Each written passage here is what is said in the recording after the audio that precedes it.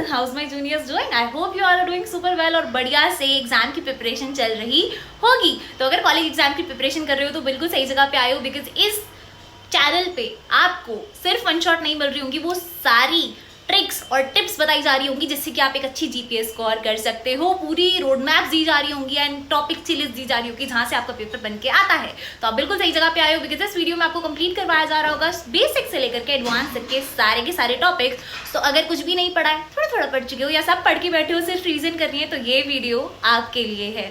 इस वीडियो में आपको डिस्क्रिप्शन बॉक्स में जाना है ना, आपको मिल जा रहा होगा मस्ट डू टॉपिक्स की लिस्ट, मोस्ट रिपीटेड क्वेश्चन की लिस्ट, पीवाईक्यूज की लिस्ट, इस वीडियो में यूज हुए हुए नोट्स की लिस्ट और भी बहुत कुछ चीट शीट तक प्रोवाइड करवाई जा रही होंगी।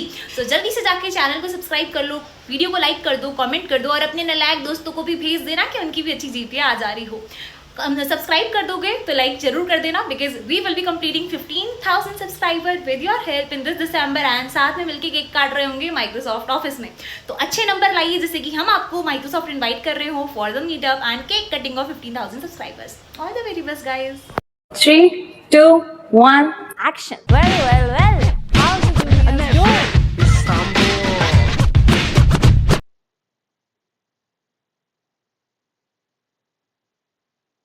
So, hi guys, my name is Samarth, and today I am teaching you the most repeated questions of object-oriented programming. तो सबसे पहला क्वेश्चन है, explain the advantages of new operator over malloc function.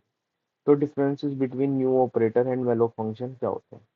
क्योंकि नाम से पता चल रहा है कि new एक ऑपरेटर है और malloc एक फंक्शन है, तो हम एक फंक्शन और एक ऑपरेटर के बीच में डिफरेंसेस देख रहे होंगे। देखो, जैसे new is an operator while where malloc is a library function. ठीक है, न्यू एक ऑपरेटर है, मेलोक एक लाइब्रेरी फंक्शन है। New allocates memory and calls constructor for object initialization, but malloc creates memory, allocates memory and does not call constructor. ठीक है, इसके अंदर क्या होता है कि जो न्यू ऑपरेटर होता है ना, वो एक कंस्ट्रक्टर कॉल करता है और ऑब्जेक्ट इनिशियलाइजेशन के लिए, मतलब उसको ऑब्जेक्ट इनिशियलाइजेशन के लिए कंस्ट्रक्टर की नीड है, पर लेकिन मेलोक को कंस्ट्रक्टर की नीड नहीं है मेमोरी एलोकेशन करने के लिए, क्योंकि वो एक memory allocate dynamic memory allocate करता है और एक वो फंक्शन है।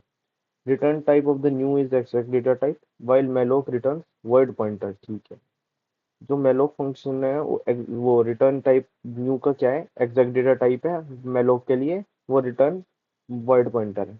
New is faster than malloc because an operator is always faster than the function. ठीक है, क्योंकि अब हम इसकी इसकी मतलब टाइम की बात कर रहे हैं, तो हम देखते हैं कि जैसे न्यू जो ऑपरेटर है वो फास्ट रहता है as compare to malloc, because वो एक फंक्शन रहता है। ठीक है, और ये उसका मैंने सॉल्यूशन लिख दिया है ये देखने के लिए।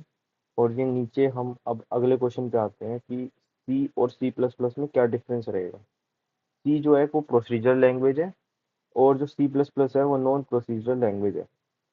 ठीक है, क्योंकि वो एक ऑब्जेक्ट ओरिएंटेड लैंग्वेज है। अब सी एक प्रोसीजर लैंग्वेज का मतलब ये है कि वो उसके अंदर ऊप्स कॉन्सेप्ट नहीं है, उस वो सिर्फ टॉप टू डाउन अप्रोच ही फॉलो करती है, वो bottom to up approach follow नहीं करती। वेयर एज हम जो ऊप्स ऊप्स के अंदर जब हम कोड लिखते हैं, जैसे हम सी प्लस प्लस में कोड लिखते हैं जब हम ऊप्स के अंदर, तो उसके अंदर हम क्या करते हैं, bottom to up approach follow करते हैं। No virtual functions are present in C, the concept of virtual functions are using C plus plus. तो सी के अंदर कोई वर्चुअल फंक्शंस नहीं होते, virtual function C plus plus में होते हैं। In C polymorphism is not possible. The concept of polymorphism is used in C++. The polymorphism is the most important feature of OOPS.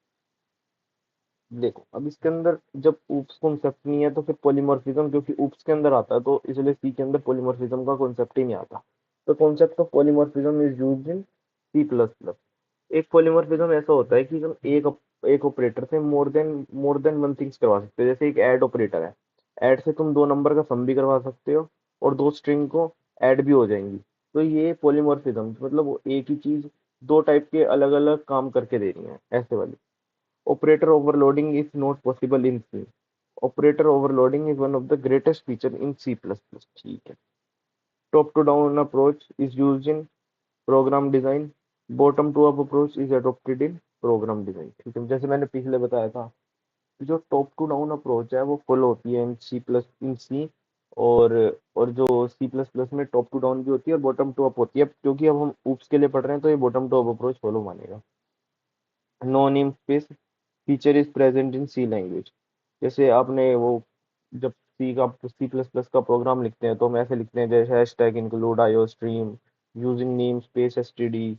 तो using name से standard, standard का मतलब क्या होता है कि हमें हर फंक्शन के साथ हर लाइन ऑफ कोड के साथ ये ना लिखना पड़े जैसे स्टैंडर्ड ऐसे करके, ऐसे ऐसे करके हमें ये बार बार इसको इसको रिमूव करने के लिए हम using name space STD use करते हैं, ठीक है। और इसके अंदर स्कैनफ यूज करते हैं इनपुट के लिए, प्रिंट एफ यूज करते हैं आउटपुट के लिए। इसके लिए हम सिन फंक्शन यूज करते हैं, मतलब इनपुट के लिए हम सिन लिखते हैं और सी आउट लिखते हैं हम आउटपुट के लिए, ठीक है।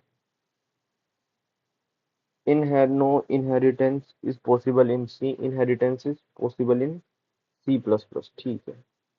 अब ये भी एक ऊप्स की करेक्टरिस्टिक है। इनहेरिटेंस, इनहेरिटेंस का मतलब क्या होता है कि एक जब डिराइव्ड क्लास होती है, जैसे हमने ये देखा होगा कि जैसे हमने बायोलॉजी में पढ़ते हैं कि जैसे बॉय मतलब एक बॉय है, उसके अंदर कुछ उसके मदर के फीचर्स आ गए, कुछ उसके फादर के फीचर्स आ गए, तो ऐसे वाली चीज होती है। तो उसको हम कहते हैं inheritance in C plus plus. In C plus plus new and delete operators are used for memory allocations and deallocating, ठीक है। एक न्यू और डिलीट ऑपरेटर्स होते हैं for memory allocating and deallocating. अच्छा, अब इसका लिए मतलब ये है कि इन सी प्लस प्लस की, अब अगर हम हमें न्यू मेमोरी एलोकेट करनी है तो हम न्यू ऑपरेटर यूज करेंगे, अगर हम मेमोरी डी एलोकेट करनी है तो हम डिलीट का यूज करेंगे। Malloc in C malloc and calloc functions are used for memory allocation and free for memory deallocate. ये सी के अंदर मेलोक एंड कैलोक यूज कर रहा है for memory allocating, and free function use कर रहा है फॉर डी एलोकेटिंग, ठीक है। In C exceptional handling is present in C plus plus, exceptional handling is done with try and catch block, ठीक है।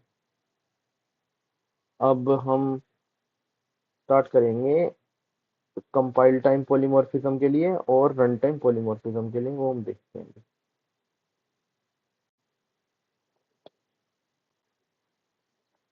तो हम कंपाइल टाइम और पॉलीमॉर्फिज्म और रन टाइम पॉलीमॉर्फिज्म देख रहे थे, तो देखते हैं कंपाइल टाइम पॉलीमॉर्फिज्म और रन टाइम पॉलीमॉर्फिज्म में क्या अंतर होता है, ठीक है। इसको हम डिफरेंशिएट इसके इससे करते हैं स्टैटिक बाइंडिंग और एक डायनेमिक बाइंडिंग। अभी हम देखेंगे इसके अंदर स्टैटिक बाइंडिंग और डायनेमिक बाइंडिंग क्या होता है।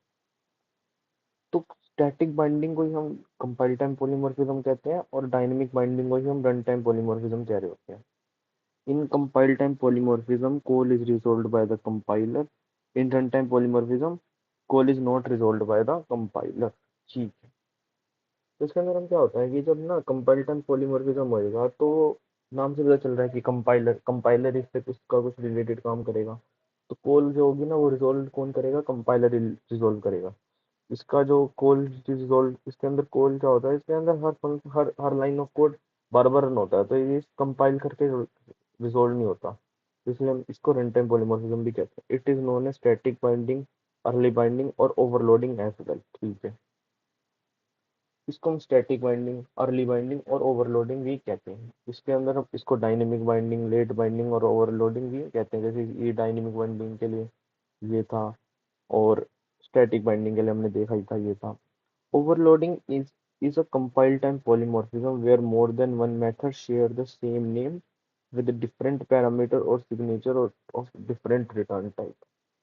तो देखते हैं ओवरलोडिंग क्या होता है। ओवरलोडिंग में कंपाइल टाइम का पॉलीमॉर्फिज्म होता है। इसके अंदर क्या होता है कि ना मोर than one method share the same name with different parameter और सिग्नेचर ऑफ डिफरेंट टाइप। जैसे मैंने ऐड का मतलब कोई फंक्शन बनाया है ना, मैंने कहा भाई इंट ए इंट बी, तो इसके अंदर वो क्या कहेगा, और मैंने यहाँ पे नीचे लिख दिया सी आउट। जैसे मैंने यहाँ फिर एक और बना दिया int z is equal to a plus b, और सी आउट कर दिया मैंने जेड को। पर वही मैंने एक और ऐड का फंक्शन बनाया, मैंने कहा भाई एक और ऐड का बनाते हैं, पर मैंने कहा इंट ए और यहाँ पे वैल, तो मतलब मैंने यहाँ पे तो इंट ए प्लस सीधा वैल कर दिया ना। पर यहाँ पे मैंने यहाँ पे कोई वो अपना कोई फंक्शन नहीं दिया, मतलब यहाँ पे मैंने कोई अपना आर्गुमेंट नहीं दिया, या आर्गुमेंट नहीं दिया कि जैसे इंट दिया या कुछ भी, कुछ नहीं दिया इसके अंदर, पर इन दोनों का फंक्शन सेम ही था, मतलब इन दोनों का नाम फंक्शन का सेम ही था, पर लेकिन इनके ऑपरेशंस अलग अलग थे। लाइक इसके अंदर जो पहले वाले ऐड के अंदर क्या था, वो दो इंट को प्लस कर रहा था, पर जो दूसरा वाला ऐड था वो एक वैल्यू और एक एक एक इंट को प्लस कर रहा था।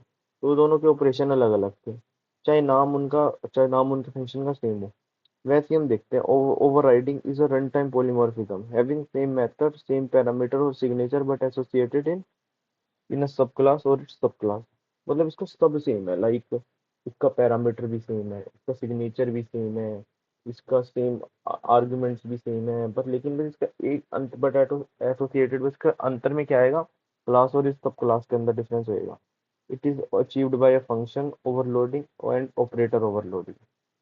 It is achieved by virtual functions and pointers. ठीक है, फंक्शन ओवरलोडिंग और ऑपरेटर ओवरलोडिंग और वर्चुअल फंक्शन एंड पॉइंटर। ठीक।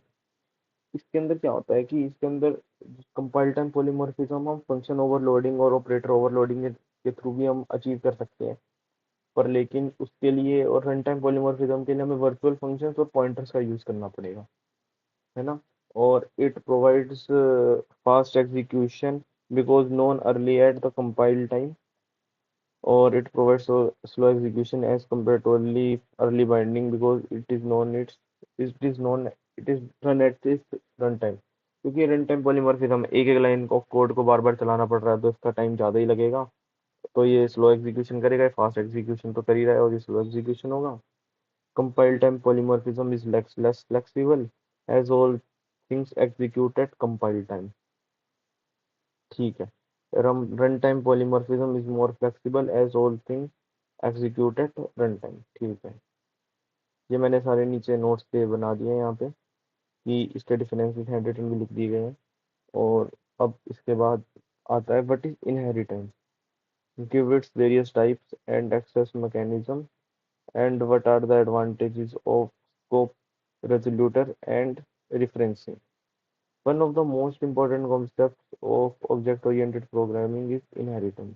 इनहेरिटेंस इनहेरिटेंस ना एक बहुत इंपॉर्टेंट कॉन्सेप्ट रहता है ऑब्जेक्ट ओरिएंटेड प्रोग्रामिंग का। लाइक इसके अंदर हम क्या करते हैं, एक बेस क्लास होती है, उस बेस क्लास से हम कितनी भी हम डिराइव्ड क्लास बना सकते हैं, उसके उसके थ्रू हम डिराइव्ड क्लास होती है, तो इसी को हम इनहेरिटेंस कहते हैं, है ना। Inheritance allows us to define a class in terms of another class and maintain and this also provides an opportunity to code functionality and fast implementation time। ठीक है, इसके अंदर क्या होता है कि ना ये कोड को रीयूजेबल भी कर देता है। एक क्लास के थ्रू ही हम दूसरी क्लास को बना सकते हैं, हमें कुछ दोबारा कोड लिखने की जरूरत नहीं है। हम उसी क्लास का कोड लेके पिछली वाली जो बेस क्लास है उसी का कोड लेके हम अपना ये वाला काम कर सकते हैं, इनहेरिटेड क्लास बना सकते हैं या जो डिराइव्ड क्लास है वो बना सकते हैं। When creating a class instead of completely writing data members, जी वही वाली बात इसने कह दी है कि मतलब इनहेरिट कर सकते हैं मेंबर्स को एग्जिस्टिंग क्लास के। The existing class is called the base class and the new class is is is known as derived class। In C++, we have five different types of inheritance, namely single inheritance, multiple inheritance, hierarchical inheritance, multi-level inheritance, hybrid inheritance, known as virtual inheritance।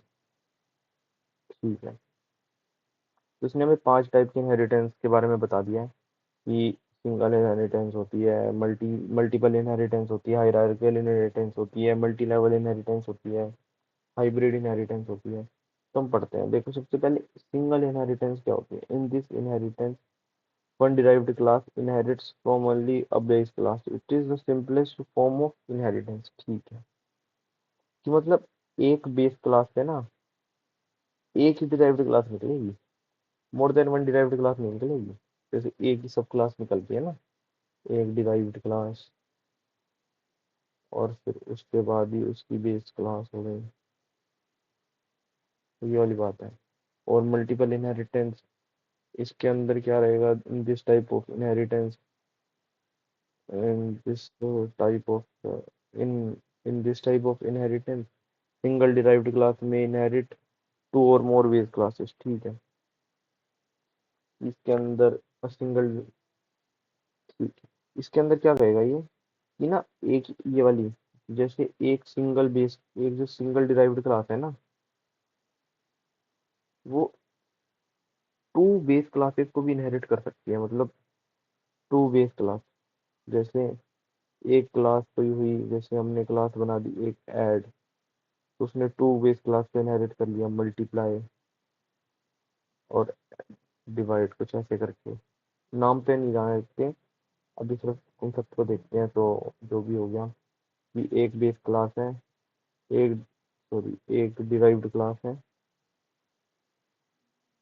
Derived class है, उसने दो base classes को inherit कर रखा है, base one और base to, ठीक। Multiple inheritance. In this type of inheritance, a single derived class may inherit two or more than two base classes. ठीक है कि a single derived class may inherit two or more base classes। ये वही वही वाला उसका diagram है ये, कि एक ए और एक बी, ये दो इनहेरिट कर, तो all derived, a single derived, ये यहाँ पे लिख भी रखा है मैंने कि a single derived inherit class may inherit two or more base classes। और फिर एक आती है हमारी hierarchical inheritance. Hierarchical inheritance, in this type of inheritance multiple derived class inherits from a single base class। तो ये वाली एक पूरी बेस क्लास है, ये बहुत सारी डिराइव्ड क्लास को इनहेरिट कर देगी। मतलब ये बहुत सारी डिराइव्ड क्लास है। डायग्राम इंपॉर्टेंट है पेपर में, कि डायग्राम हम बना के आए बार बार, कि जो क्वेश्चन आए उसके साथ हम ये कोशिश करें, जैसे कोई हम कोई मल्टी लेवल इनहेरिटेंस समझा रहे हैं, या मल्टीपल इनहेरिटेंस समझा रहे हैं, या सिंगल इनहेरिटेंस समझा रहे हैं, जो भी इनहेरिटेंस समझा रहे हैं उसके डायग्राम इंपॉर्टेंट है। डायग्राम बना के आएंगे तो पेपर, इन वो जो पेपर पेपर चेक करेगा उसके लिए भी अच्छा लगेगा, वो कि डायग्राम बना के आया बच्चा, तो अच्छा रहता है। एक हायरार्किकल इनहेरिटेंस के अंदर क्या होता है, in this type of inheritance multiple derived class inherits from the single base class, ठीक है। इसके अंदर एक ही बेस क्लास से हम वो सारे डिराइव्ड क्लास इनहेरिट करवा सकते हैं, है ना। और ये बेस क्लास पे है, ठीक है। और ये multi level inheritance, in this type of inheritance derived class inherits from the derived class inherits from in which in turn inherits from some other class, the super class for one is सब other class, ठीक है। ये multi level inheritance के अंदर क्या होता है, ये in this type of inheritance the derived class inherits from in the derived class inherits from the base class which in turn inherits some other classes, the super class for one another is, ठीक है। इसके अंदर एक super class होती है ना, जो derived class होती है। हम्म,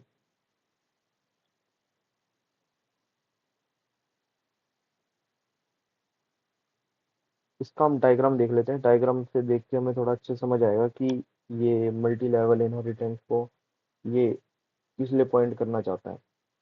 तो हम इसका डायग्राम देखते हैं कि मल्टी लेवल इनहेरिटेंस का डायग्राम, मल्टी लेवल इनहेरिटेंस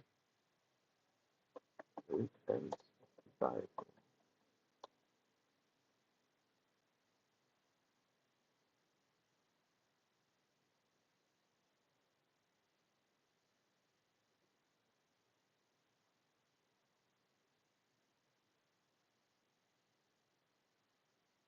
है ना। जैसे ये डायग्राम है इसका, ये इसके अंदर एक क्लास ए है जिसे हम बेस क्लास कहते हैं, और ये क्लास बी है जिसको इंटरमीडिएट क्लास कहते हैं,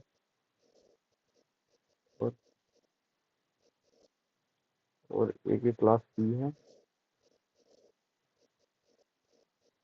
जिसे हम सब क्लास कहते हैं, है ना। ये इसका डायग्राम था।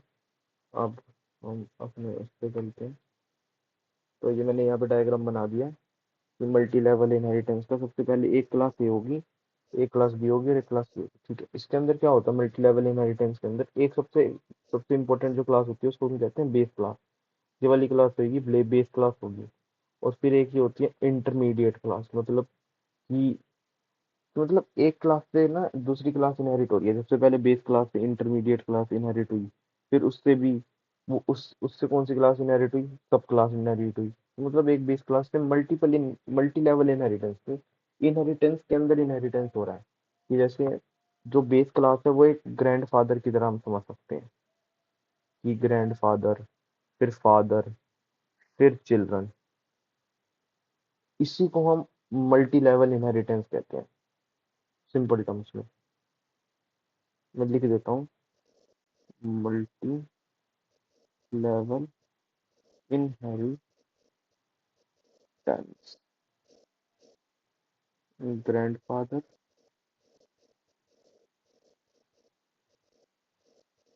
फादर और चाइल्ड, है ना। ये एक मल्टी लेवल इनहेरिटेंस का काम करेगा। तो ये वाला देखते हैं एग्जाम्पल। अच्छा, अब नया अगला क्वेश्चन क्या है हमारा, इनलाइन फंक्शन। ठीक है, inline function with an example. क्या लिखा है इनलाइन फंक्शन के अंदर। यार इनलाइन फंक्शन, हमें इनलाइन मतलब ऐसा नहीं लग रहा कि उसी लाइन के अंदर हम फंक्शन को कॉल कर देंगे या इस टाइप की फीलिंग आ रही होगी। इनलाइन फंक्शन क्या होता है, inline function is a function where a compiler replaces a function call with the actual code of the function during the compile time rather than jumping into the separate memory। ठीक है, तो इसका मतलब ये है कि ना जब हमने जैसे अब नॉर्मल फंक्शन कॉल करते हैं, जैसे हमने कहा कि भाई हमें स्क्वायर निकालना है। अब हमें स्क्वायर के लिए फंक्शन कॉल करना पड़ेगा। स्क्वायर के लिए हम क्या करते हैं, जैसे एक्स इंटू एक्स, जैसे 5 में 5 = 25। तो इनलाइन फंक्शन यही कहता है कि मतलब ना तुम उसके लिए फंक उसके मतलब फंक्शन फंक्शन कॉल पे क्यों जा रहे हैं, हम उसी उसी लाइन के अंदर हम वो एग्जैक्ट कोड को कॉपी कर देंगे जहाँ पे हम फंक्शन को कॉल कर रहे हैं। तो यही लिख रखा है इसमें। जैसे इसको सिंटेक्स जो रहता है, inline int square int x return x into x, मतलब ये स्क्वायर का है। और ये ये इसका मतलब वो रहेगा कि इन लाइन को हम इनिशियलाइज करना है तो ये कर सकते हैं। और फिर int result square is equal to 5। तो ये स्क्वायर को ना इस कोड से रिप्लेस कर देगा कि 5 × 5 कर देगा ये, इज इक्वल टू 25। ये वहां नहीं जाएगा क्योंकि हमने इनलाइन कर दिया ना। हमने ये कीवर्ड लगा दिया, हमने इनलाइन का कीवर्ड लगा दिया कि भाई जैसे हमने कि इनलाइन का कीवर्ड लग चुका है तो अब 5 × 5 सीधा 25 लिखो। तो ऐसे इसका आउटपुट 25 होगा। ठीक है, अब इसके अंदर design a class from which only one object is created, if more than one object is created the programme should terminate. अच्छा, तो ना ये ये थोड़ा सिस्टम डिजाइन रिलेटेड भी क्वेश्चन रहता है इसके अंदर ना कि ना मतलब एक ऑब्जेक्ट क्रिएट करो, उसके बाद ऑब्जेक्ट अगर हम क्रिएट करें ना तो प्रोग्राम जो होगा ना वो टर्मिनेट कर जाना चाहिए। जैसे हम इंट मेन में जाके ऑब्जेक्ट क्रिएट करते हैं कि भाई अपना जैसे हमारी क्लास का नाम है सिंगलटन। सिंगलटन एफ नाम से मैंने कोई ये एफ एक ऑब्जेक्ट बना दिया कि मतलब एक ऑब्जेक्ट हो गया। ठीक है, singleton only one object is created is known as singleton. ठीक है, तो मैंने क्या करा, एक सिंगलटन के लिए ना यहाँ पे पहले मैंने एक क्लास बना दी, उसके अंदर एक ऑब्जेक्ट बना दिया ए, है ना। ये क्लास है सिंगलटन। सिंगलटन का पहले समझते हैं क्या है ये एब है, वो एक क्लास है और इसके अंदर एक ऑब्जेक्ट है ए। ठीक है, एब पॉइंटर है ए, के अंदर न्यू हम ऐप करेंगे। तो इसको तो हम जैसे कॉल करते हैं या कंस्ट्रक्टर कॉल करते हैं, कंस्ट्रक्टर को कॉल करते हैं। अब हमने देखे होंगे ना, कंस्ट्रक्टर अगर नहीं पता तो कंस्ट्रक्टर ये चीज होती है कि कंस्ट्रक्टर ना कुछ एक, हर प्रोग्राम में ना एक डिफॉल्ट कंस्ट्रक्टर रहता है कुछ से। अगर अगर हमने कंस्ट्रक्टर अगर वहाँ पे बना रखा है, इनिशियलाइज कर रखा है, तो फिर वो एक अपना हमारा एक ओरिजिनल कंस्ट्रक्टर रहेगा, वरना फिर वो एक डिफॉल्ट कंस्ट्रक्टर तो रहता ही रहता है हर प्रोग्राम के अंदर। ठीक है। तो अब हम देखते हैं कि इसके अंदर ना दो टाइप की मेमोरी होती है, एक हीप मेमोरी होती है और एक स्टैक मेमोरी होती है। हीप मेमोरी के अंदर, स्टैक मेमोरी के अंदर क्या होता है, प्रिमिटिव डेटा टाइप्स आते हैं, इंट, कैर, बूल, ये सारे ना स्टैक मेमोरी के अंदर आते हैं। हीप मेमोरी के अंदर क्या आते हैं, नॉन प्रिमिटिव डेटा टाइप, जैसे जो मतलब प्री डिफाइंड डेटा टाइप्स नहीं होते ना, वो हीप मेमोरी के अंदर, इसके अंदर स्पेस हमें ज़्यादा मिल जाता है। अनऑर्गेनाइज मेमोरी को रखने के लिए बेस्ट जगह हीप मेमोरी रहती है। तो अब हम ये देखते हैं कि, है ना, ये मैंने एक वही बना रखा है कि पढ़ने के लिए, कि जैसे मैंने कहा ना कि एक ऐप पॉइंटर बना दिया न्यू उसके लिए। जैसे मैंने क्लास बना दी, एक क्लास बना दी ऐप की, इंटेक्स, ये इंटेक्स एक्स को zero, class Y, char Y, empty character. ठीक है, प्रोवाइड कर दी default values. Every class has the default constructor when the parenthesis are called. है ना, जब जैसी पैरेंथेसिस कॉल्ड होता है, हर क्लास के पास एक डिफॉल्ट कंस्ट्रक्टर तो रहता ही है। ठीक है। स्पेस इज रिजर्व, तो इसका हीप मेमोरी के अंदर ना एक स्पेस रिजर्व्ड रहता है। हीप मेमोरी के अंदर एक स्पेस रिजर्व रहता है। डिफॉल्ट कंस्ट्रक्टर और न्यू कंस्ट्रक्टर कॉल्ड हो जाता है जैसे हमने कोई ऑब्जेक्ट बनाया ऐप के अंदर ए करके। ठीक है, ये उसी क्वेश्चन का कंटिन्यूशन है। अब हम इसके अंदर ये देखेंगे कि, तो इसके अंदर हमें ये देखना था पहले कि, अब हमने कहा यार कि क्लास ना, अब इसको सोचते हैं कि मतलब ये बनेगा कैसे। तो हम देखते हैं कि क्लास एक सिंगलटन है, क्लास सिंगलटन है। और ये हमने यहाँ पे if private is used as the constructor is called invalid constructor. ये शायद गलत खुल गया, ये वाला नहीं खुल गया था। इसको डिलीट कर देते हैं, तो बाद में डिलीट कर देंगे। ये वाला था जहाँ पे हमें एक वो बनाना था कि only one object is created.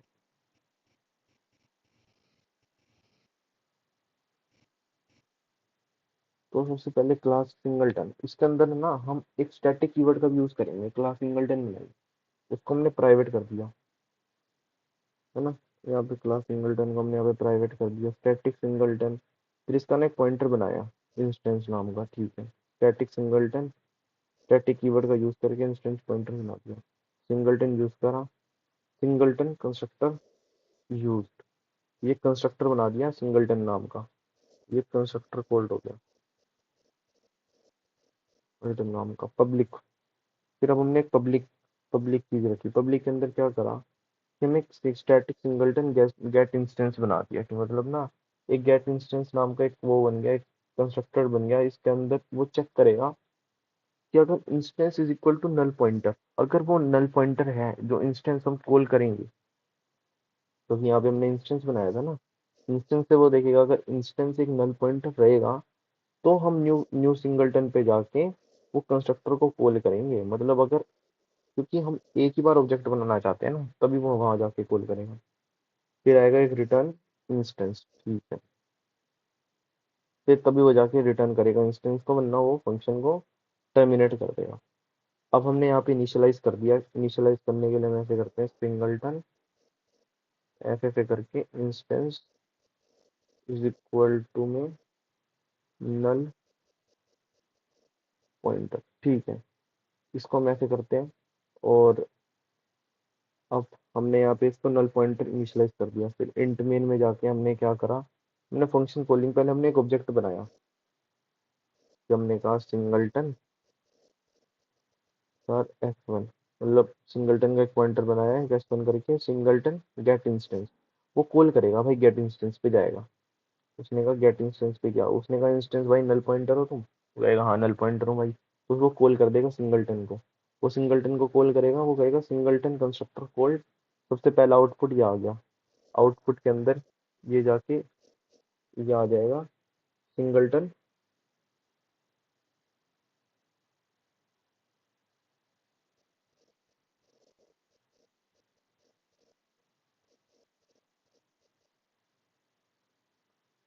Constructor code, singleton constructor code, वही वाली स्टेटमेंट प्रिंट हो जाएगी। फिर अब तो इसकी वैल्यू नल पॉइंटर से होके 1 होगी, क्योंकि एक बार ये जाके कॉल कर चुका है। और फिर ये जाएगा कि भाई सिंगलटन पॉइंटर हैज टू जाएगा कि भाई सिंगलटन गेट इंस्टेंस, फिर वो कॉल करने जाएगा भाई सिंगलटन गेट इंस्टेंस, फिर वो कॉल आएगी यहाँ पे। जैसी कॉल होगी वो कहेगा कि भाई नल पॉइंटर हो तुम, पर अब इंस्टेंस की वैल्यू क्या हो गई है भाई, कि वो अब इंस्टेंस की वैल्यू तो नल पॉइंटर नहीं रही। वो कहेगा कि अब न्यू सिंगलटन को वो कॉल करेगा ही नहीं, वो कहेगा प्रोग्राम टर्मिनेट हो गया। तो फिर अब हो गया ये।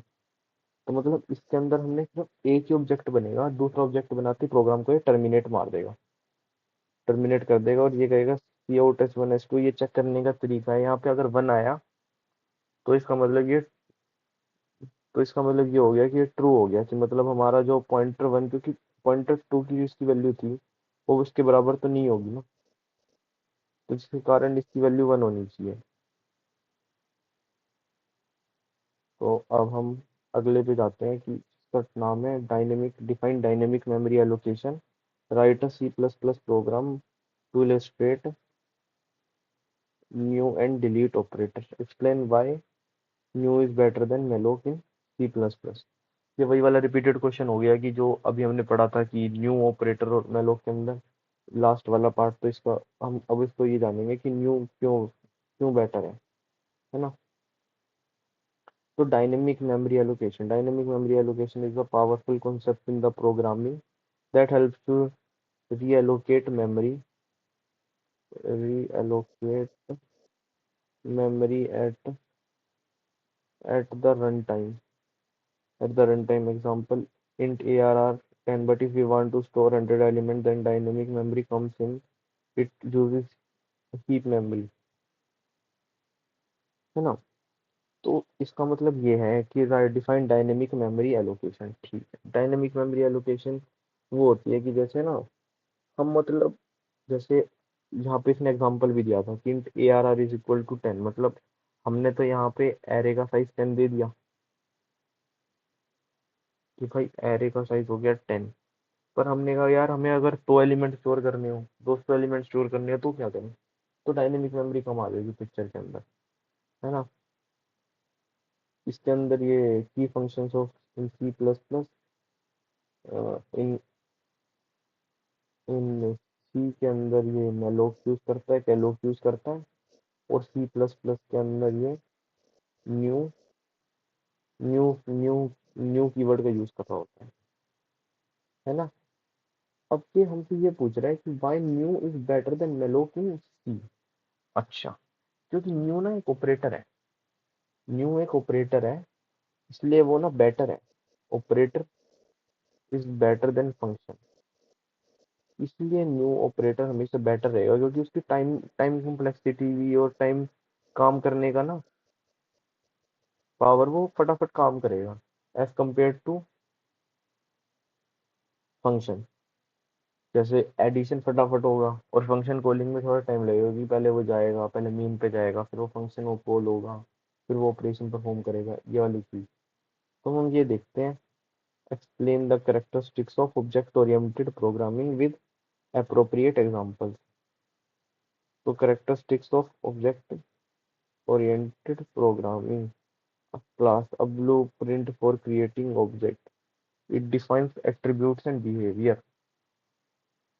A blueprint for creating objects. It defines attributes. ठीक है। An instance of class with actual values. ठीक है।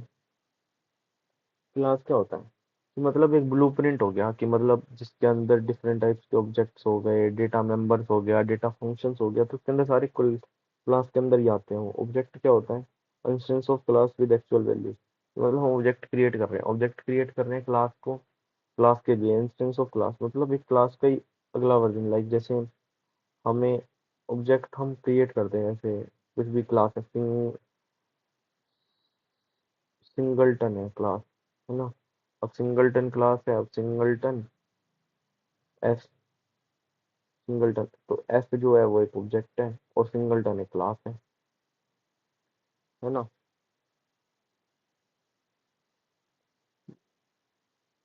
है ना।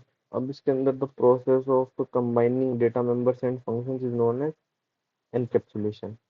One operator performs more than one operation is known as polymorphism. Inheritance. The process of deriving one class from the existing class is known as inheritance. अच्छा ठीक है। तो इसने कहा कि ऑब्जेक्ट ओरिएंट कैरेक्टरिस्टिक्स भी लिखनी है। कैरेक्टरिस्टिक्स बता दिया हमने, एनकैप्सुलेशन बता दिया, इनहेरिटेंस बता दिया और पॉलीमॉर्फिज्म भी बता दिया कि एक operator performs more than one operation is known as polymorphism. ठीक है। Write a program to show the use of friend function and friend class, है ना। What are destructors? Write a program to show in order in which objects are destructed. ठीक है, देखते हैं। देखो friend function क्या होता है। Friend functions are the function that are used to access the private members in the class. ठीक है। फ्रेंड फंक्शन वो होता है कि जैसे ना वो फंक्शन अपना फ्रेंड हो गया कि मतलब हम उसको ना अपना प्राइवेट एक्सेस, जो प्राइवेट डेटा है ना क्लास के अंदर, हम उसको एक्सेस करने के लिए मतलब हम अलाउ कर देते हैं। जैसे इसका सिंटेक्स क्या रहेगा, फ्रेंड इंट समर्थ। तो ये फ्रेंड फंक्शन हो गया, फ्रेंड क्या हो गया, समर्थ। फ्रेंड फ्रेंड फंक्शन हो गया अभी इसका।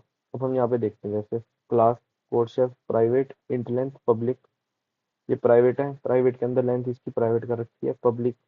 कोड शेफ लेंथ 10, है ना। और friend int show length code chef b. ठीक है।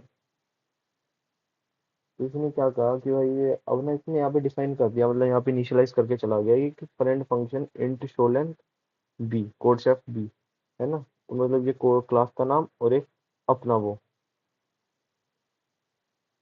है ना, कोड शेफ बी। अब ये यहाँ आएगा, ये कहेगा कि भाई बॉक्स बी नहीं, ये कहेगा यहाँ पे कोड शेफ बी आएगा। यहाँ पे जो भी आएगा कोड शेफ बी आएगा वैसे, है ना। कोड शेफ बी होएगा ये। और ये कहेगा बी डॉट लेंथ। तो ये इसको लेंथ एक्सेस करने का मौका मिल गया, क्यों, क्योंकि ऊपर इसने फ्रेंड फंक्शन को इनिशियलाइज कर दिया था इसने यहाँ पे। और ये इस लाइन का अगर हम मीनिंग जानेंगे ना तो ये इसका मतलब है कि ना ये लेंथ को ना 10, 10 इसने इनिशियलाइज कर दिया कि लेंथ की वैल्यू जो है ना वो 10 है। Code chef length 10। और ये फ्रेंड फंक्शन कोड शेफ भी यहाँ पे इसने डिफाइन कर दिया, नीचे जाके इसने यहाँ लिखा कि void show length code chef और बी। और इसके नीचे लिख दिया इसने सी आउट बी डॉट लेंथ कर देगा, हो गया,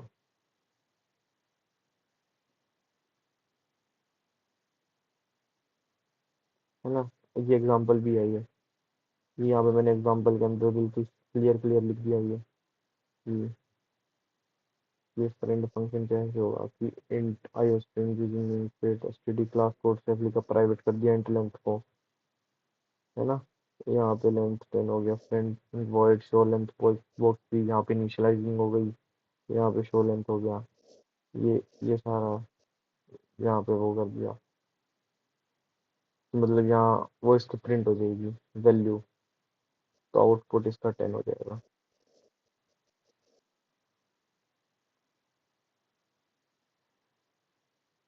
और ये आता है डिस्ट्रक्टर्स।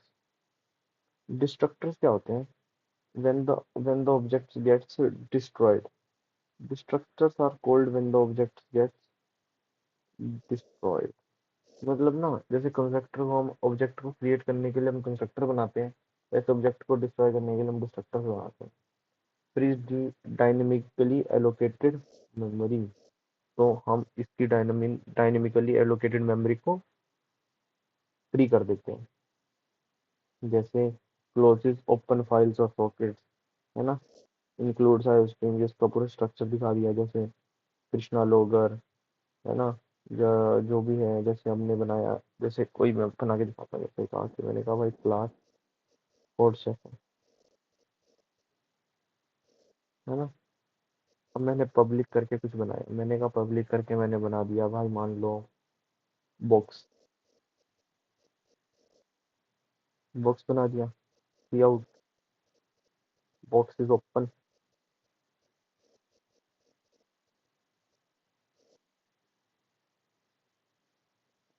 है ना। अब अगर मैंने यहाँ पे जगह नहीं है, मैं यहाँ लिख देता हूँ, अब मैंने यहाँ लिख दिया बॉक्स, अब मैंने यहाँ प्रिंट करवा दिया we can close box if we want, the want या इफ वी वांट, जो भी ना, है ना। तो इसका मतलब हमने ऐसे करके लिख दिया। तो ये वाला जब हम सिंबल लगा लेते हैं ना, तो सिंबल डिस्ट्रक्टर का होता है। हमने भी जिस कंस्ट्रक्टर के आगे ये वाला सिंबल लगा हुआ देख लिया कि भाई साहब वेव का कुछ सिंबल है ये, मतलब डिस्ट्रक्टर कॉल हो गया।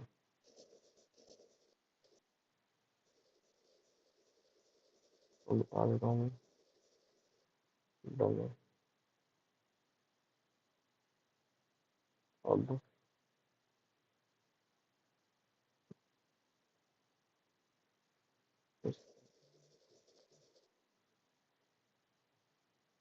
अब what is an abstract data type. अब एक एब्स्ट्रैक्ट डेटा टाइप क्या होता है, ठीक है।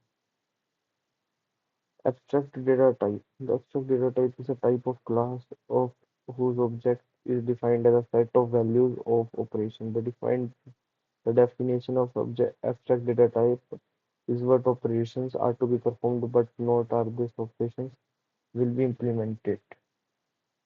It does not specify how data will be organized as memory or what algorithms will be used for implementing the operations. It is called abstract because it gives an implementation independent view.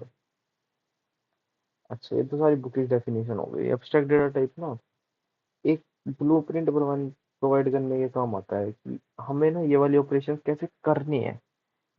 Like मतलब वो मतलब पूरा ना the process of providing important information, मतलब यार कि abstract data type में blueprint बता देगा कि हाँ यार ये वाला फंक्शन है ना, जैसे स्टैक है, कि भाई वो लीफ वो कर देगा, मतलब लास्ट इन फर्स्ट आउट वाला ऑपरेशन कर रहा होगा। ये एब्स्ट्रैक्ट डेटा टाइप है। क्यू है, फर्स्ट इन फर्स्ट आउट होगा, ये एब्स्ट्रैक्ट डेटा टाइप है।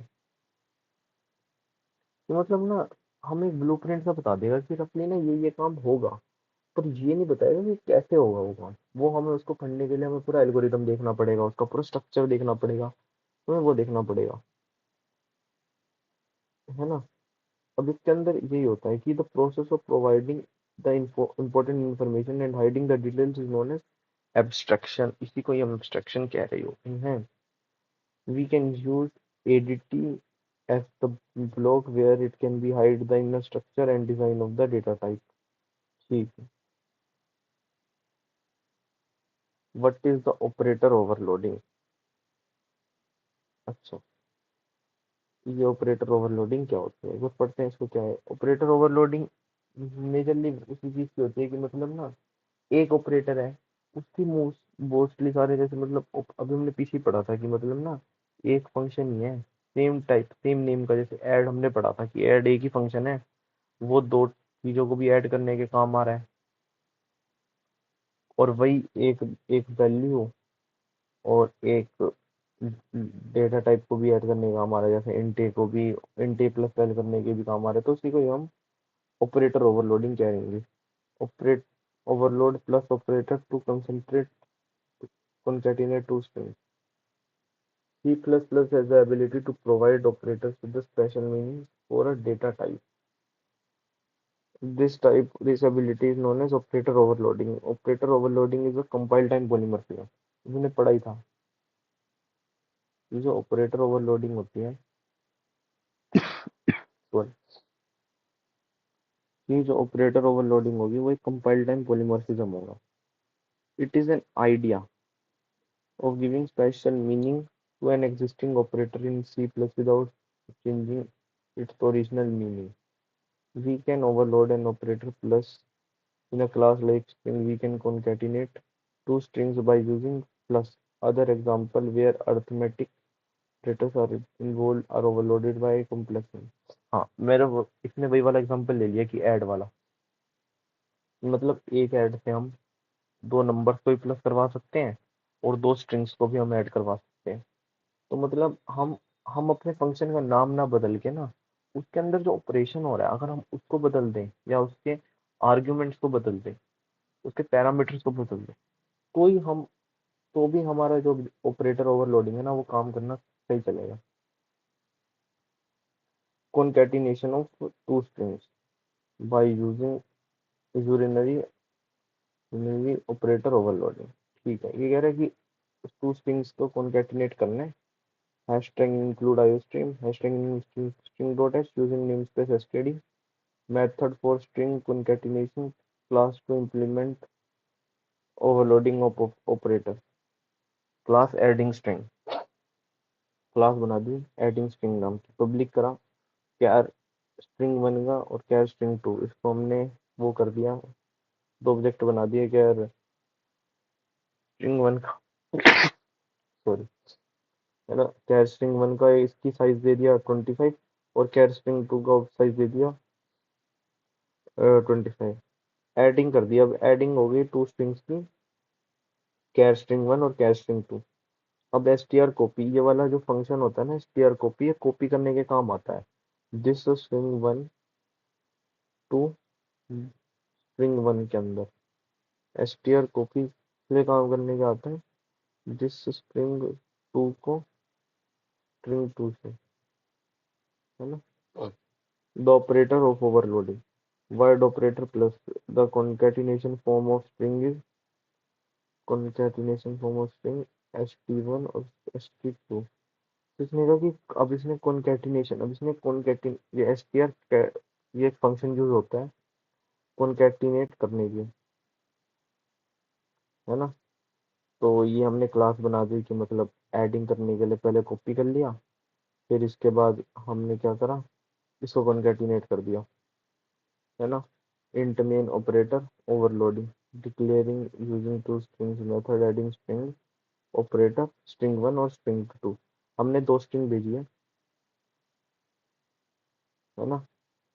हमने यहाँ पे सबसे पहले अब इसको ट्राई रन करेंगे तो एडिंग सबसे पहले यहाँ से स्टार्ट होगा कि भाई एडिंग करा टू स्ट्रिंग्स, पहले हमने दो स्ट्रिंग्स को डिफाइन करा, ऑपरेटर करा, ओवरलोडिंग करा, फिर ये यहाँ गई, तो ये जिसके अब जो कॉल कहाँ हुआ, ऊपर जाके कॉल हुआ है ना, यहाँ यहाँ जाके कॉल हुआ कि दो स्ट्रिंग्स चली गई, स्ट्रिंग वन में क्या करा ऑपरेटर और स्ट्रिंग टू में गया ओवरलोडिंग। तो st1 मतलब st1 स्ट्रिंग वन और स्ट्रिंग टू के अंदर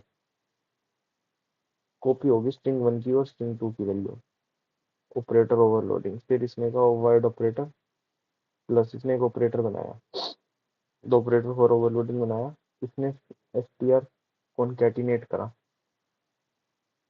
st1 और एक कॉन्कैटिनेट का वो करा, जिस कारण इसके अंदर वो स्ट्रिंग मिल गई और जिसके कारण इसका आउटपुट हुआ। फिर इसने ऑपरेटर कॉलिंग फंक्शन, फिर इसने ऑपरेटर को कॉल करा जिसके कारण रिटर्न 0 हो गया और इसका आउटपुट आया ऑपरेटर ओवरलोडिंग कॉन्कैटिनेट करने के बाद, है ना। अब हम करते हैं इसके बीच में difference between constructor and destructor. Constructor is used to initialize the instance of the class. Destructor destroys the objects when they are no longer needed। ठीक है, कंस्ट्रक्टर किस लिए यूज होता है, कंस्ट्रक्टर यूज होता है initialize the instance of the class. Destructor इसलिए use होता है destroys the object when they are no longer needed, मतलब डिस्ट्रॉय कर देता है वो ऑब्जेक्ट को जब उसको नीडेड नहीं होता। When called constructor is called when the new instance of the class is created। Destructor is called when the instance of the class is deleted or released।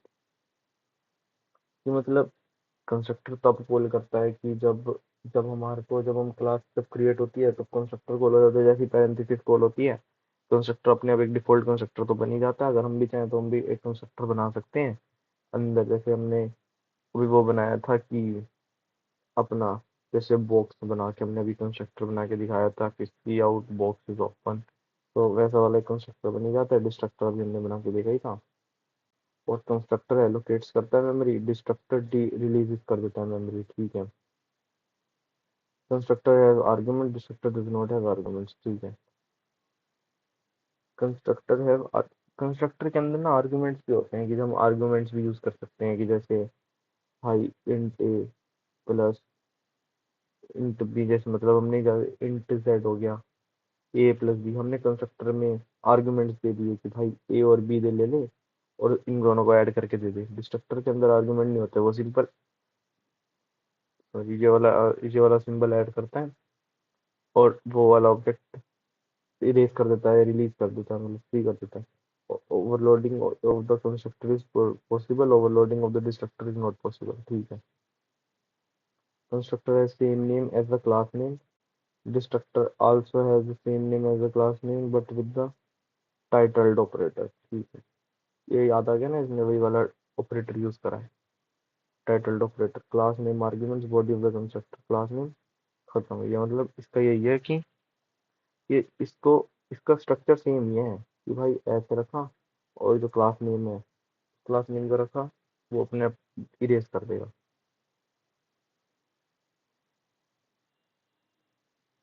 अब ये दूसरा क्वेश्चन आता है, explain the different types of constructors using example. तो ये शायद picture दिख ना रही है, तो इस पिक्चर को ना इसको थोड़ा अच्छे से एडिट कर देते हैं। एडिट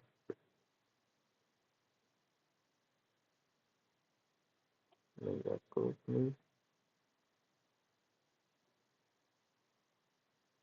एडिट इमेज, इसकी ब्राइटनेस थोड़ी सी हो जाएगी, ये थोड़ी सी लगेगी।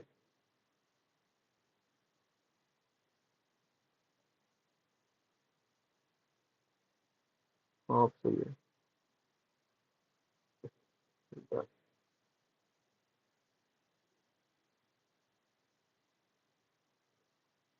हाँ आगे सही है। अब constructor in a C++ is a special method that is invoked automatically at the time of an object of a class is created. It is used to initialize the data members of the new object generally. The constructor in C++ has the same name as the class of the structure it constructs. Value that is वही जो हमने अभी ऊपर पढ़ा था कि इसका class के जैसे ही सेम नेम होगा, कि जो क्लास का नेम होगा वही इसका नेम होगा कंस्ट्रक्टर का।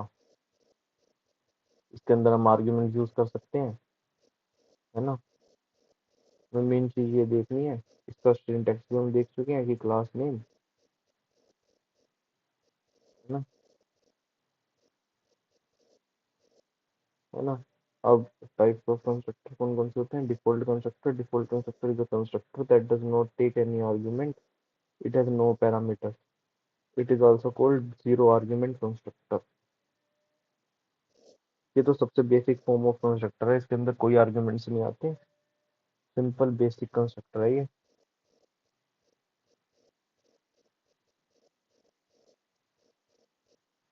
और फिर आएगा एक parameterized constructor. The parameterized constructor make it possible to pass arguments to the constructor. Typically, these arguments help initialize an object when it is created. सही है। When it is created, to create simply add parameters to the functions react to any other function when you define the constructor use the parameter to initialize the object, ठीक है।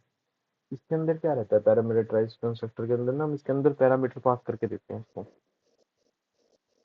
Simple से इसकी यही है कि parameters pass करेंगे और हमें जो ऑपरेशन इसको हमें करवाना है ना उसी टाइप के पैरामीटर्स पास करेंगे।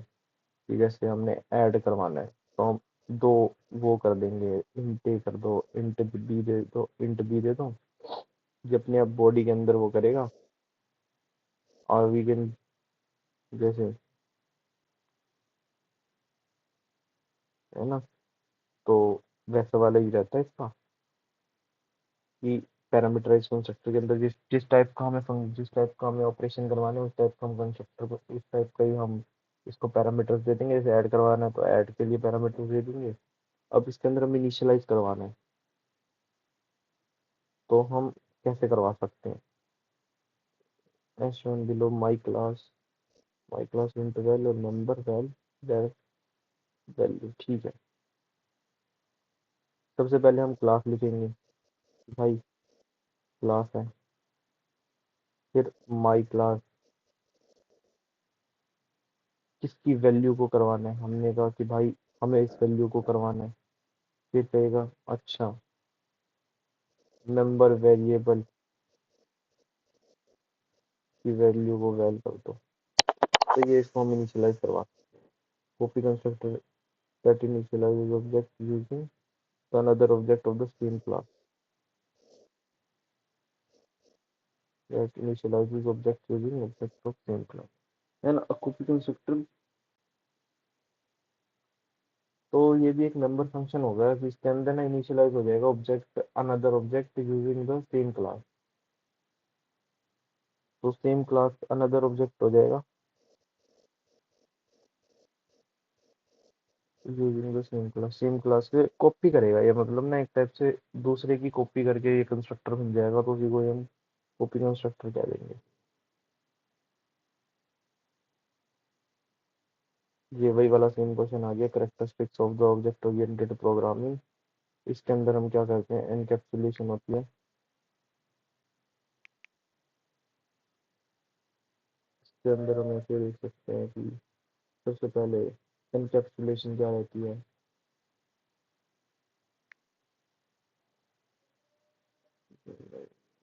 लाइन की तो है ना। इसके अंदर क्या रहता है, एनकैप्सुलेशन क्या होता है।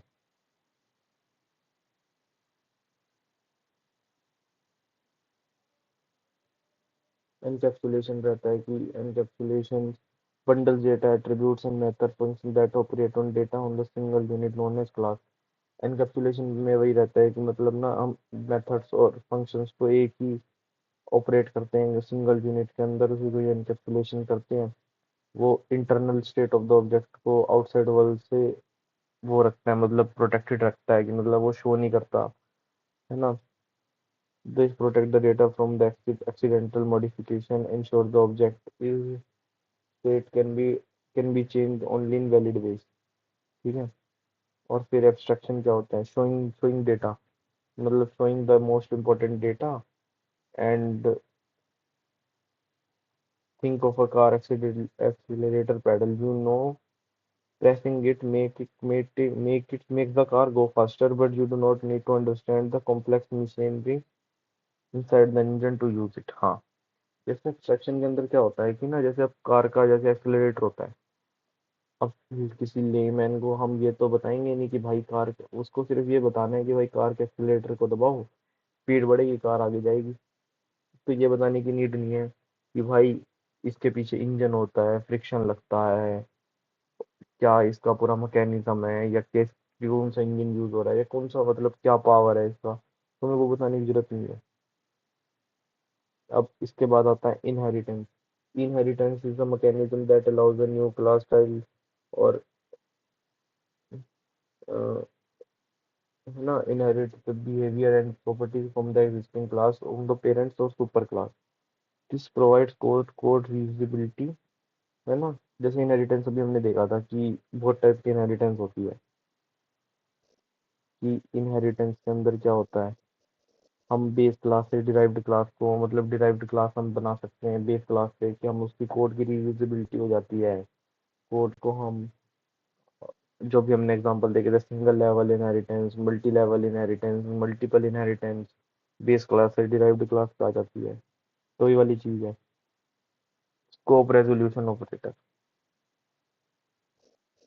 स्कोप रेजोल्यूशन ऑपरेटर के अंदर क्या रहता है, इसके अंदर ये ना ये बताता है कि स्कोप क्या है ऑपरेटर का। जैसे एक होता है, एक लोकल वेरिएबल होता है, एक ग्लोबल वेरिएबल होता है ना, डिक्लेयर्ड इनसाइड द फंक्शन और द मेथड और a block.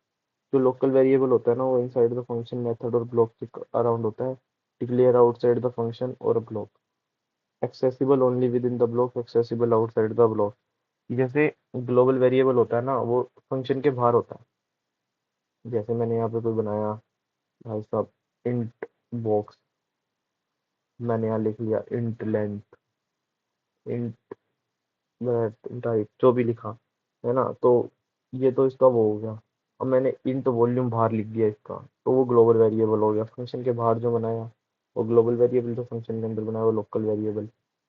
exist only if the block is executing, exist during the entire program, मतलब जब तक प्रोग्राम चल रहा है तब तक है ये।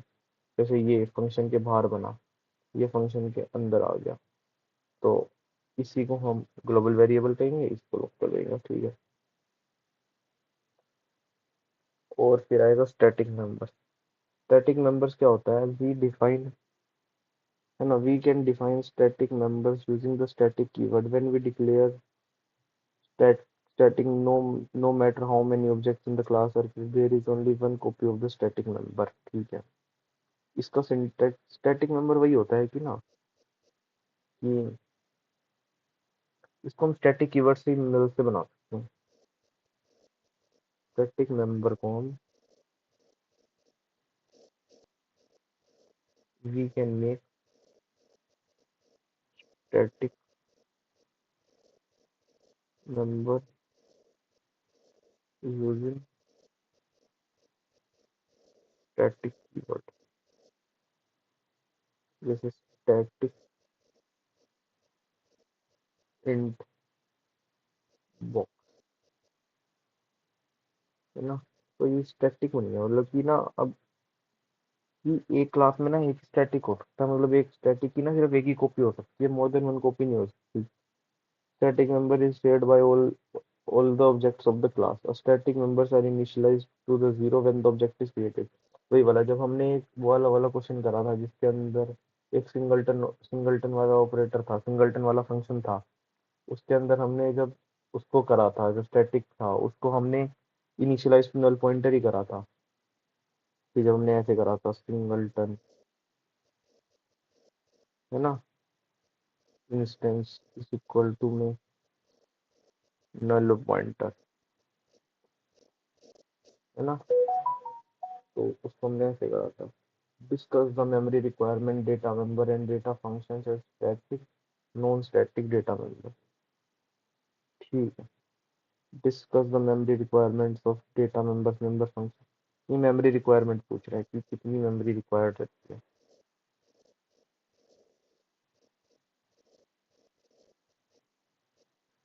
तो हम देखते हैं कि ना during run time, however in C++ the classes are defined unless you active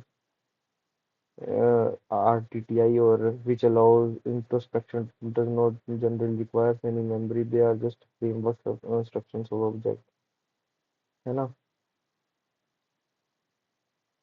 इसके अंदर क्या रहता है कि ना जो क्लास C++ की क्लासेस होती है, डिफाइंड टाइप्स होते हैं, ये ना जनरली ऑक्यूपाई नहीं करते space.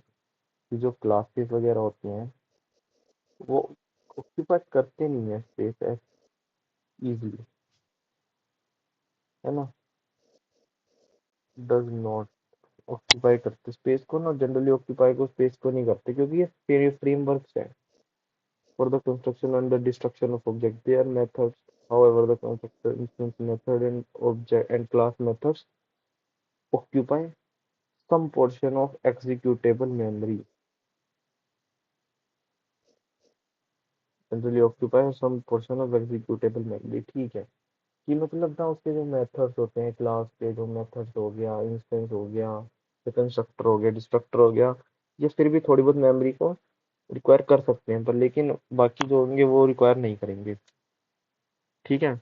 Instance of types, that is objects as well as primitives like int variables occupies the bulk of memory in C++.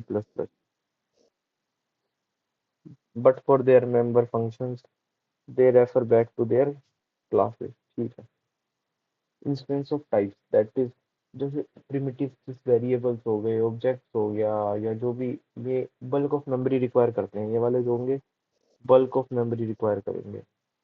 The C++ standard does not explicitly explicitly state when static memory is allocated as long as it is available on the first use. तो explicitly ये कोई static memory को कोई allocate नहीं करते। C plus plus standard does not, मतलब जैसे standard जैसे यूजिंग नेम स्पेस एसटीडी हो गया,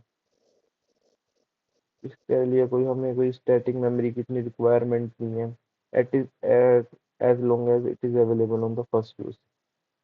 It is most likely allocated during program initialization present and required without needing special, मतलब अगर प्रेजेंट है तो ले लेगा, पर इतनी रिक्वायरमेंट नहीं है कि चाहिए ही चाहिए इस यूजिंग नेम स्पेस एसटीडी को। अगर फर्स्ट है ना, कि अगर फर्स्ट यूज में अवेलेबल है तो ले लेगा, वरना इसकी रिक्वायरमेंट नहीं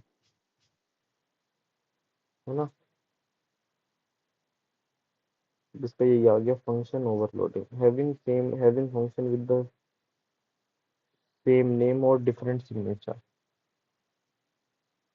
having name function with different overloading is the concept of compile time polymorphism, है ना। अभी हमने देखा था कंपाइल टाइम पॉलीमॉर्फिज्म के अंदर ओवरलोडिंग होती थी। और two functions having same name, मतलब जैसे ऐड फंक्शन अभी हमने यहाँ देखा था, ये दो नंबर्स को ऐड करने के भी काम आता है और दो स्ट्रिंग्स को भी ऐड करने के काम आता है। String one plus string two, two functions have the same name and return type but with different type or number on a overloading it does not need inheritance, उसको inheritance की need नहीं है।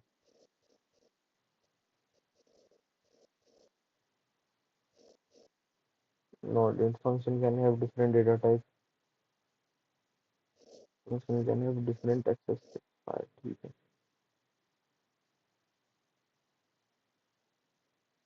है ना। अब हम आ गए कि what define const member function and const object। const member function क्या हो रहता है?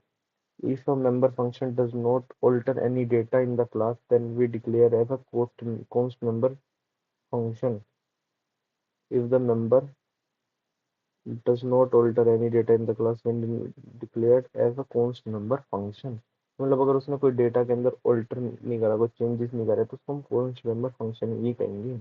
void multiply int const, है ना।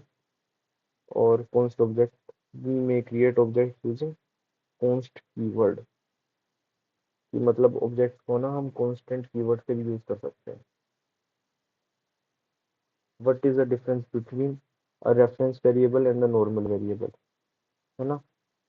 तो अब एक नॉर्मल वेरिएबल और रेफरेंस वेरिएबल में क्या डिफरेंस है? Normal variable carried the specified data, जैसे int a is equal to 10, तो ये नॉर्मल वेरिएबल हो गया, है ना। इसके इसके थ्रू हम बहुत सारे ऑपरेशन भी परफॉर्म कर सकते हैं, जैसे प्लस माइनस मल्टीप्लाई डिवाइड, ये सारे नॉर्मल वेरिएबल के थ्रू कर सकते हैं। Reference variable, it contains the address of the variable is known as reference variable, जैसे पॉइंटर पी एंड ये स्टोर करेगा एड्रेस को, एड्रेस ऑफ इट, ठीक है ना। और अब ये कह रहा है द कॉपी कंस्ट्रक्टर विद, हाँ अब ये कह रहा है कि एक्सप्लेन करना है parameterized constructor and copy constructor with an example को, तो ठीक है ना। Parameterized constructor does not have any, जब पहले तो ये देखते हैं पैरामीटराइज्ड कंस्ट्रक्टर और नॉर्मल कंस्ट्रक्टर का हमने डिफरेंस तो देख लिया था। पैरामीटराइज्ड कंस्ट्रक्टर के अंदर वो आर्ग्यूमेंट्स रहते हैं, पैरामीटर्स रहते हैं पैरामीटराइज्ड कंस्ट्रक्टर के अंदर, और बाकी कॉपी कंस्ट्रक्टर के अंदर क्या रहता है कि ये ये ना इनिशियलाइज कर देता है an object using the another object, है ना। ये ना अपना ऑब्जेक्ट इनिशियलाइज कर देगा यूजिंग एक दूसरे ऑब्जेक्ट को, दूसरे फंक्शन को या दूसरे ऑब्जेक्ट को लेके, उसको कॉपी कंस्ट्रक्टर कहेंगे, है ना। अब इसका एग्जांपल देखते हैं कि क्या एग्जांपल है। सबसे पहले hashtag include iostream class point class कर दी, प्राइवेट इसने रखा int x y data members of the class, public int x one int y one, है ना। तो इसने क्या करा, एक्स को x1 की तरह अपडेट कर दिया, y को y1 के थ्रू अपडेट कर दिया, ठीक है ना। ये एक फंक्शन बनाया था यहाँ पे इसने, ये कंस्ट्रक्टर बनाया था इसने, है ना। ये पैरामीटराइज्ड कंस्ट्रक्टर बना दिया। ये कॉपी कंस्ट्रक्टर क्या बनाया है इसने, का पॉइंट कॉन्स्ट पॉइंट p1, इसने कहा initialize according to the syntax. इसने कहा कि भाई जाओ पॉइंट वाले कंस्ट्रक्टर के बेसिस पे ना मैं अपना कॉपी कंस्ट्रक्टर बना दूंगा, एक्स p1 डॉट एक्स और वाई p1 डॉट वाई, है ना। इसने क्या करा, p1 डॉट एक्स और y is equal to p1 dot y, मतलब जो अपना, क्योंकि जो p1 था, इसने जो वो करा, एक इसने जो कॉपी करा कंस्ट्रक्टर, उसके लिए इसने वैल्यू क्या रखी, p1 को, तो p1 डॉट एक्स, इसकी वैल्यू x1 के बराबर हो जाएगी, p1 डॉट वाई y1 की वैल्यू बराबर होगी, ठीक है। int is x return value of x, y return value of y,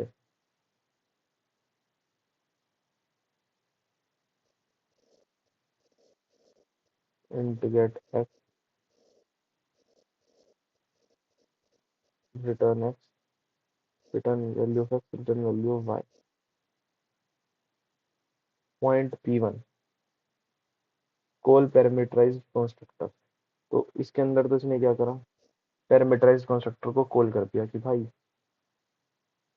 कि 10 और 15 x1 की वैल्यू ले ले और ये y1 की वैल्यू ले ले, और p2 is equal to p1, है ना। पॉइंट टू ने क्या करा, पैरामीटराइज वो कॉपी कंस्ट्रक्टर ने क्या करा, इसके बराबर कर दिया, ये कॉपी कंस्ट्रक्टर कॉल हो गया क्योंकि इसने p1 के बराबर रख के चला, क्योंकि इसकी वैल्यू क्या थी, p1 डॉट एक्स और p1 डॉट वाई, मतलब दूसरे कंस्ट्रक्टर के बेसिस पे इसने अपना अपना कंस्ट्रक्टर कॉल कर दिया, इसको इसलिए हम कॉपी कंस्ट्रक्टर कहते हैं।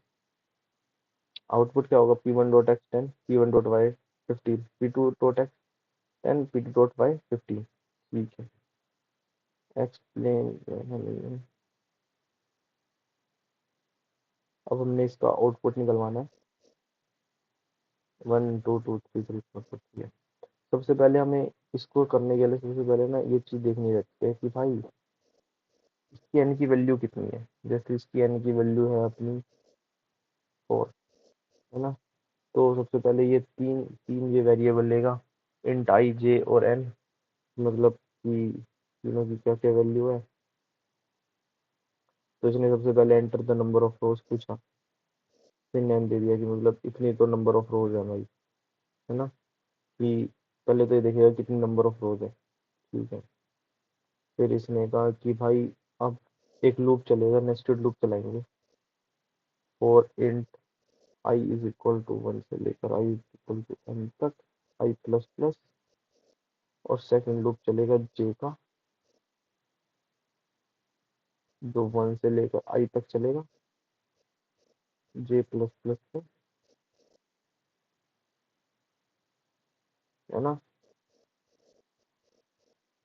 ये वाला लूप हम आई तक इसलिए चलाएंगे, है ना, क्योंकि हमें सेम ही नंबर को प्रिंट करवाना है बार बार, मतलब हमें जो रो का नंबर होगा ना, उसी नंबर को हमें प्रिंट करवाना है।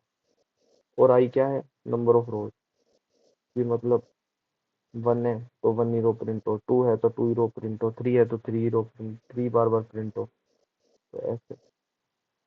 और यहाँ पे हम सी आउट आई करके और सी आउट एन करके हो जाएगा ये।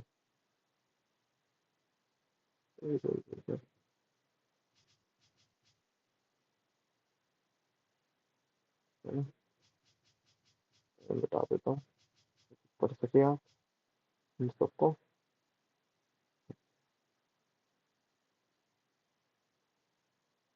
तो डन है।